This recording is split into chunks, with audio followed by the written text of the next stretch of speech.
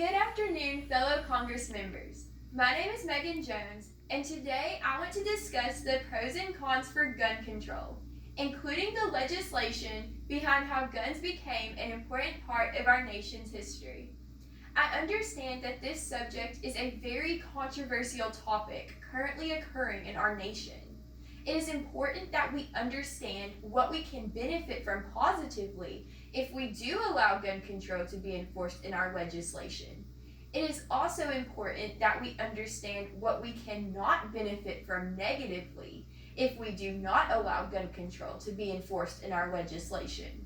The first important item that I want to discuss with each of you are the 9 pros of why gun control is important and why it should be enforced. According to connectusfund.org, the 9 pros of why gun control is important and why it should be enforced are: more than 75% of the incidents that occur from mass shootings with 30 years of extensive research indicated that guns used in these mass shootings were purchased legally. 57% of the mass shootings that have happened in the United States from 2009 through 2015 occurred from a domestic violence incident. Owners that have guns stored safely in their homes can prevent a homicide from occurring 40 times higher and can prevent a suicide from occurring 90 times higher if a weapon is stored in the house than not being stored in a house. Legal gun owners that have a current gun license should not have to lose their gun privilege rights that they have earned in order to make others feel safe. Gun control can help prevent injuries from occurring by accident. There are instances where people who purchase guns get them illegally by an unlicensed person. By ensuring that an individual does not purchase a gun from an unlicensed person illegally would be for the person selling the gun and the person purchasing the gun to go through an extensive background check from the FBI. In the United States, only 1 in 4 households own a gun, while civilians own most of the guns privately in their homes. This means that 3% of U.S. citizens own 50% of the weapons alone. Gun control prevents mass murders from occurring. Gun control can save our government's money currently in society. 84% of citizens that were treated in a hospital for gunshot wounds did not have insurance. By this fact, taxpayers had to help pay for their treatment. $5 billion in U.S. tax revenue was lost from the mass shootings that occurred within 2018, with the remaining money covering court costs. $560 a year is the average amount for how much an individual is affected by the occurrence of gun violence. Now that I've discussed with each of you the 9 pros of why gun control is important and why it should be enforced, I will now discuss the 12 cons of why gun control is not important and why it should not be enforced. Gun control will not help stop and ban people who want to purchase a firearm from doing so. People choose to use guns as tools for daily life. Most of the gun violence that occurs results from suicides. 48% of Americans state that they do not feel safe when they see someone have a gun in their holster while in public. 52% of Americans state that the average American should not be trusted with a firearm. 40% of U.S. citizens state that they feel as if they will be a victim of mass shooting. The actions of gun control are more based on fear than fact. Trying to prevent gun control will not change the violence and mass shootings that will still occur. Most acts of violence that involve a firearm are used for self-defense purposes. Gun control laws do not prevent crime. Current laws that restrict gun ownership affect the rights of legal owners. Around 14 million hunters buy accessories and firearms each year to use for their hobbies.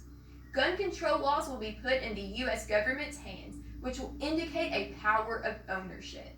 57% of individuals do not support gun control measures because they are afraid that the U.S. government will have more power over them and that the government will put them in more harm's way.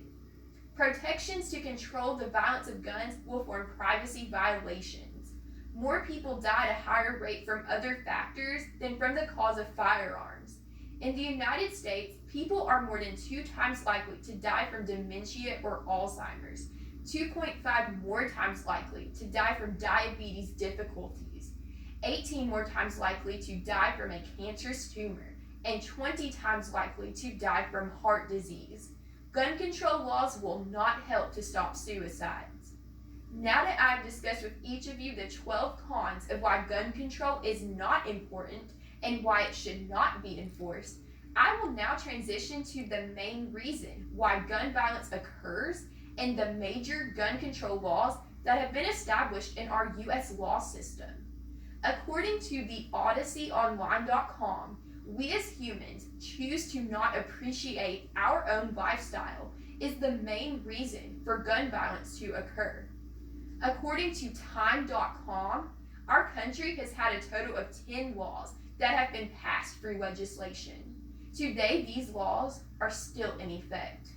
The Bill of Rights, established on December 15, 1791, is the first and most important law that was established by our forefathers concerning gun control in the United States. The Bill of Rights is documented in the U.S. Constitution. The Second Amendment in the Bill of Rights states, "A well-regulated militia being necessary to the security of a free state, the right of the people to keep and bear arms shall not be infringed." On June 26, 1934, President Franklin D. Roosevelt established the National Firearms Act to join his New Deal for Crime movement. This was the first piece of national gun control legislation that was established to prevent further crimes, such as the St. Valentine's Day Massacre, from happening in the current time period. In 1938, the Federal Firearms Act was established so that convicted convicts would not be able to buy firearms and that firearm sellers keep records of customers' gun purchases. This act also allowed dealers, importers, and gun manufacturers to legally obtain a federal firearms license. In 1939, the U.S. Supreme Court ruled in the United States versus Miller case that Congress could control the selling of a short barrel shotgun by the National Firearms Act of 1934.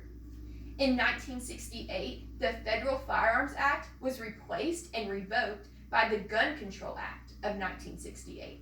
This bill prohibited guns that do not have a sporting purpose, denied convicts, citizens that were under the age of 21, and people with mental issues from purchasing a gun, put in place age restrictions for gun owners or anyone wanting to purchase a handgun to be 21 years of age, and mandated that all guns have a serial number on them.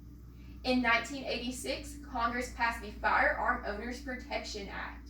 This act enabled gun owners to have protections, relaxed regulations on selling and transferring of ammunition, to include gun manufacturers to put silencers on guns, to ban an individual's transfer or possession of machine guns that were completed after May 19, 1986, and also allowed licensed gun dealers to sell firearms legally in their state at gun shows.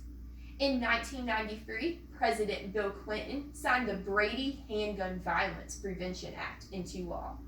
This act allows for background checks to be completed before a firearm is purchased and established the National Instant Criminal Background Check System that is now managed by the FBI. In 1994, the Public Safety and Recreational Firearms Use Protection Act, also known as the Assault Weapons Ban, was established to outlaw and have a ban on weapons from September 1994 to September of 2004 that were fake military and assault weapons. In 2003, Kansas Republican Senator Todd Tiert proposed and established the Tiert Amendment, which restricts the ATF from releasing public information on where felons bought their firearms and equipment. This law only allows prosecutors or law enforcement to have access to this information. In 2005, President George W. Bush signed the Protection of Lawful Commerce in Arms Act to restrict gun manufacturers from being involved by people who were victims of violence in state or federal lawsuits by a certain gun manufacturing company. Since I've discussed with each of you the pros and cons of gun control, the reason why gun violence continues to occur, and the 10 gun control laws that have been passed in the US government, I would highly encourage for each of you to thoroughly think about the information I have addressed to you today. I understand that this is a lot of information, but it needs to be taken seriously in order to help the future of America. Thank you so much for listening to my speech today. Have a great day.